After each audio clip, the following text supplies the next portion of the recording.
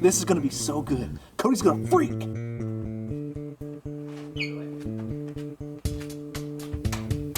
You ready? Pickle toot. Oh, my bad.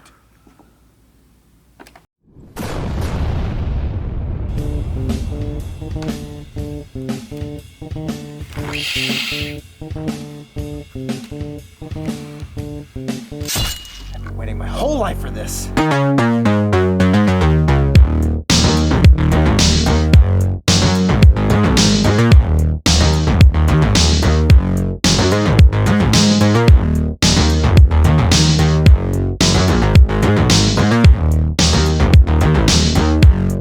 What is going on, everybody? Welcome to Tavern Talk. I am Philip, and joining me this week, Mr. Nathan Kirby. Nathan, thank you for being here, man. I appreciate it. Man, I'm honored. Thank you. Nathan is the owner of Rock City MMA here in Little Rock, Arkansas, but also, go ahead and just list also black belt in jiu-jitsu. It just told me, getting inducted into the what Hall of Fame in 2 days? Martial Arts Hall of Fame. The Martial Arts, dude, that's insane. I Yeah. can't even. I'm just happy you're here and glad you're taking time out of what is clearly a busy schedule to talk some movies with us. I'm a movie freak, so anytime, I'll be at the movies tomorrow if I could be.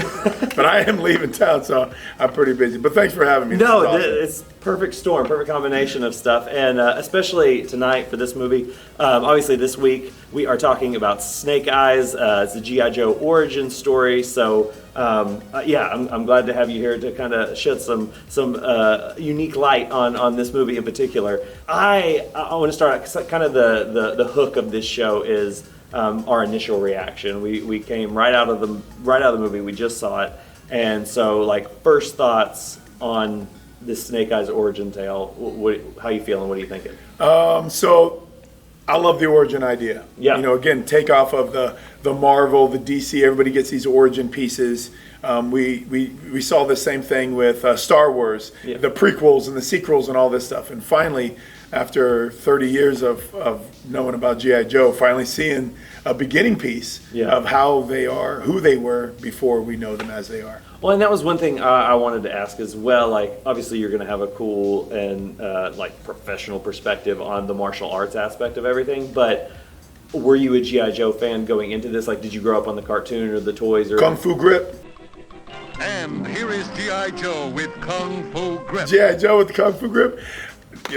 So I coach, and I'm always pulling out some motivational quote, something, and it usually comes with about the knowledge, and knowing is half the battle. Of course, all the taglines from Hasbro growing up through the years. He'll fight for freedom wherever there's trouble. G.I. Joe from Hasbro.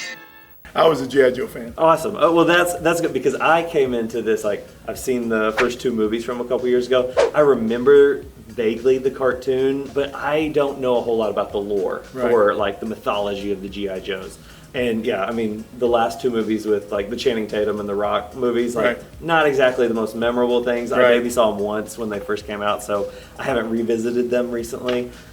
Probably maybe should have to get back in the feel of this. But Actually, I thought about that before. When you asked me about doing Snake Eyes, I really thought about going through hours of back movies, but I wanted initial reaction. I wanted it raw. Right. Now going back, piecing things together, saying, oh, I wanted this raw and uncut, and I just wanted to sit as a fan to begin with. So, so then going in with that kind of mindset and everything, did this meet expectations? Did it kind of fall below it? What were you expecting from this, and how did it level up to that?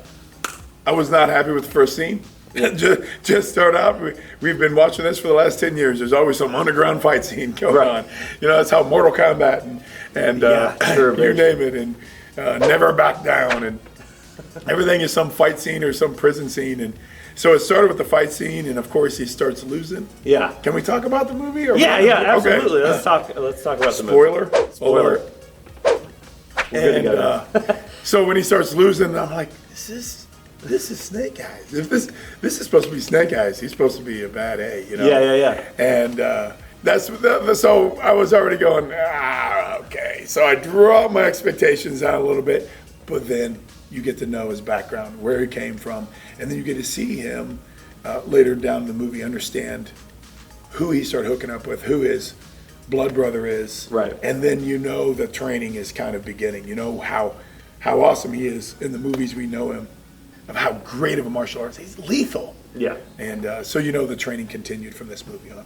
Well, and so going into this kind of cold, and not knowing a lot about, like I said, the history of the character, where he came from, who his arch enemies were, and all that good stuff. And so his trajectory, we didn't know anything about his origin prior to this. Is that kind of is that correct? Is that accurate? I believe so. I think there was a connection with the brother. Okay. And I do remember the white and black. Well, see, I was under the impression for some reason Snake Eyes was the bad guy. Going into this, I was like, okay. Maybe that's why, the dark, the evil, right. all that stuff. Maybe I right. just assumed that because right. of how we're used to, picturing things. Yep. But then I turned to Cody, who works with us and has done a couple of these before, and he was like, "No, Snake Eyes is a good guy, and this guy is actually his arch enemy, and he's Storm Shadow." Storm Shadow. I thought that was kind of cheesy. Yeah, that's when kind he's like, Tommy's son, no, you call me Storm Shadow. I figured the name origin would be there too. Yeah. However, I did love that separation, the fact that she says, you are not carrying on her family name, and that was it for him. That was it, yeah. That was it, and then he's gone, and that's where the story is going to continue after this. So yeah. And I did love how that played out. I see. Well, and I was kind of bummed that it turned out to be one of those movies where you don't get kind of what you're really hoping for until that last scene. Oh, and it's okay, now we're going to get the movie that everybody actually wanted. Right. I don't know. I'm not hugely invested in this, so that didn't bother me as much. Sure. But I can imagine some people are going to be like, man, I came for a Snake Eyes movie, and it wasn't until the last 30 seconds I got full on Snake Eyes. Another story. There was a lot of, and you heard this throughout the whole thing, it tugs at me. I've been in martial arts my whole life, since I can imagine. I was in traditional martial arts, and it was the bowing and the yes sir and the master and all the stuff, all the traditional stuff. But we always talked about character, and the fact that this movie was about revealing his character. But there were some times this dude needs to just be slapped upside his head. Yeah. How many times is he going to make the dumb mistake and dumb decision? He still gave the stone to them. Right. I'm like, come on.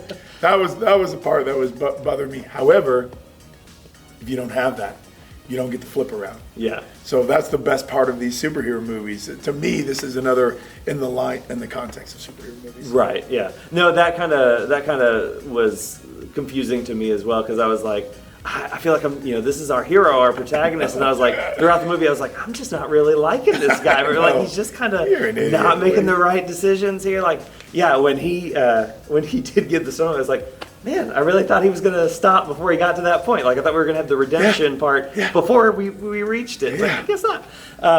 But no, so it was a little, I don't know. It was kind of paced weird for me. It was slower than I thought, and which leads me into the kind of talk about the fight sequences, which is really where I want to hear how you feel about it and everything, because they're, for me, and complete novice when it comes to that thing, the most action fighting, anything I know about martial arts, karate, taekwondo, any of it is in the movies. Right. I've never been to a class in my life. Okay. Never been in a fight in my life, so I know nothing. Okay. But these fight scenes kind of left me wanting a little more. We have Iko Uwe, the guy from the Raid. We have him, and I was I kept waiting, and they tease us 3 times with him about to set up and do this insane fight sequence, and I just felt it never was fully fulfilled. Yeah, they used a lot of. So, in the beginning, there was the guy with the sledgehammer, and he hit the rock, right? Yeah. There was a lot of utensils being used throughout this whole entire movie. You saw the other martial arts master, the one with the eyes. You saw him use the chain knife. Right. You saw the bow staff, and you saw what the guy from the Raid, that was an awesome movie, and lots of fighting in that whole movie. But you got to see him use this big, long bamboo stick, and at the very end, it had an axe. He didn't even use it. He dropped it, which was kind of funny. Yeah.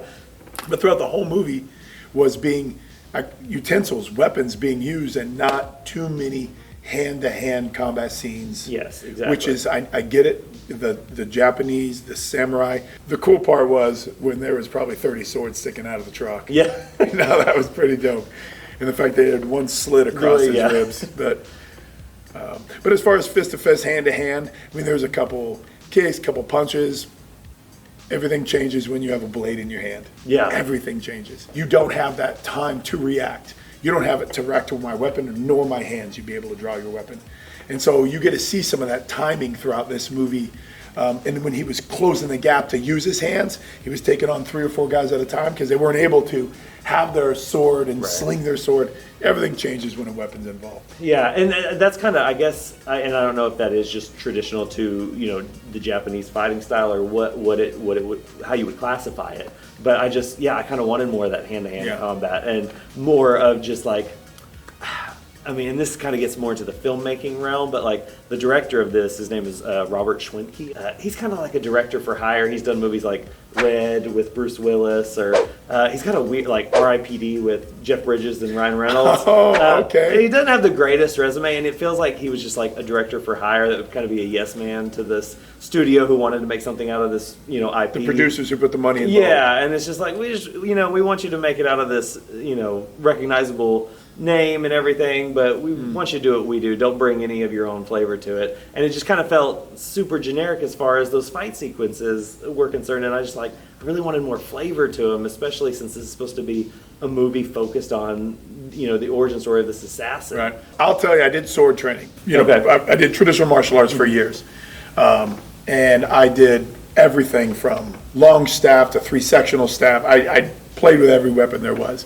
I've cracked my shins with the size and the tonfas, and you name it. I've done all the stupid stuff and looked like an idiot doing it. But I thought it was pretty cool. And it sounds cool. It looks pretty cool. I just, you know, you just don't carry your samurai sword to the store. Sam's would frown about that, just walking in there. But when you were training, I'm telling you that I remember the next day of all the training, the constant training with this and the discipline. They talked about it so many times throughout this movie. Yeah. But the discipline and the precision that they have with those weapons, it's a real thing. Yeah. But then again, so is the dance art of traditional martial arts. It's a precision thing. But is it legit? Is it going to be useful in a real skirmish? The weaponry was really cool. Yeah. But I love hand-to-hand combat. I guess that's just kind of, that was my expectation for this movie, so I was kind of setting myself up for failure a little bit. But yeah, that's kind of... but I was impressed with Grandma. Great, yeah. I was impressed with her fans. Yeah, I wanted more stuff like that. Like if you're going to use the weaponry, like bring out something really cool and creative. She was pretty dope. And the scene with the bowls, I was like, cool idea, it was cool concept. Like I just wish there was actually, you know what? That one was kind of par for the course of what I expected from this movie. Okay, so, that was really cool, and he realized, my ego. My ego. And that was really cool. I really did. I dig that scene. I really didn't like that he was the bad guy for so long. Yeah. But when you understand, what did I say to you when the movie first started? I had that happen to me as a kid. That happened to me as a kid. Yeah. I was in the moment his dad woke him up and says, "We got to go." Yeah. It happened to me. I was a kid. My mom woke me up in the middle of the night and we packed our bags and we left. That's intense. That was intense. So I was like, I'm like, all right, this is me. I'm Snake Eyes. This is me. That's all you want from a movie like this. I know. Yeah. I should be in this movie next. This is about me, without the sword play. Everything else. But I mean, I love the characters. Like I said, as a fan, I enjoyed the storyline, but I truly understood what was driving him to be both sides because of anger. I enjoyed more of it than I did not. I was, of course, talking about the fight scenes again, like I was hoping for a little more there, but Henry Golding, who is Snake Eyes here, I haven't even said his name yet, but obviously should talk about him. He's just a super endearing actor. Even though I didn't know a lot about him and what his character has to do to the Storm Shadow character for the first maybe 30 minutes of the movie, I bought it. I was in there, I was totally a sucker for what he had to pull off too, because he did it so well. And there is enough here to have fun with if you're looking for just a good, fun action movie to kind of go sit in the theater and let everything else go for 2 hours. Yeah. It's a fun enough time, especially on the big screen and everything. On that note, here on Tavern Talk, what we do is usually rate them out of 5 stars. So initial reaction to Snake Eyes out of 5 stars. That's difficult because I love fight scenes. Yeah. I really do. Great swordplay, like I said, a lot of the traditional stuff, but I understand their culture. I would probably go 3.8. I Yeah. can't go 3.5. I can't go 4. I'd say 3.8. That's my. No, I was gonna go right down the middle and just do like a 2.5 out of 5 because Oh, that's it's too harsh. That's hard. That's harsh. I'm sorry. I don't know. It was like it's good for what it is. You were but not impressed with that performance. No, I see. That's the thing. Like, I liked Henry Golding. I liked a lot of the performers in it, and I liked a lot of the story aspects and what the potential it had. But as far as just the execution overall, it just felt kind of like middle of the road. And so like, we'll go 2.5. Okay, I'm dropping to 3.5 now. Something clicked. Not just the first, underground fight scene, but it was when he had the stone and went beep. Yeah. Like, you can just wield it like that? Like, I need to find a rock. Isn't there a diamond mine that I can go and find a rock like this? Well, and when when Snake Eyes went to steal it, and he just pulled open the doors right after they'd left and everything, I was like, man, lock them or anything? I was like, they're just gonna let this dude walk out. There's a ring doorbell at. Isn't there? Like, you have an infinity stone in there. You're just gonna let him walk out? What is happening? Infinity Stone. Hasbro's really jumping for those crossovers these days. I am Groot. Yeah. Yo soy Groot. Yo soy Groot. Yo soy Groot. Was that Groot in the garden? In the garden, that's exactly what it was. Okay, that'd be pretty cool. No, okay. Well, yeah, it's kind of middle of the road for me. 3.5 for 3.5. Nathan. But thank you once again for being here, for doing this with me, man. I really appreciate it. And thank you guys for watching. I want to thank the Movie Tavern as well for letting us see the movie here, shoot the show inside the theater, all that good stuff. But thank you for watching. If you haven't already, hit that subscribe button, hit the little bell there so you get a notification every time we upload a new review, which we try to do every week. We try to review the biggest release of the week. So make sure you do that. Thank you once again. Thank you. And we'll see you next time. Peace. I've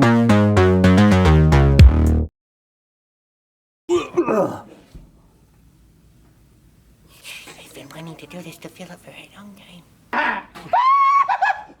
It was Japanese where I've done this before. I love Star Wars. I'll make a man out of you. Action. Oh my God.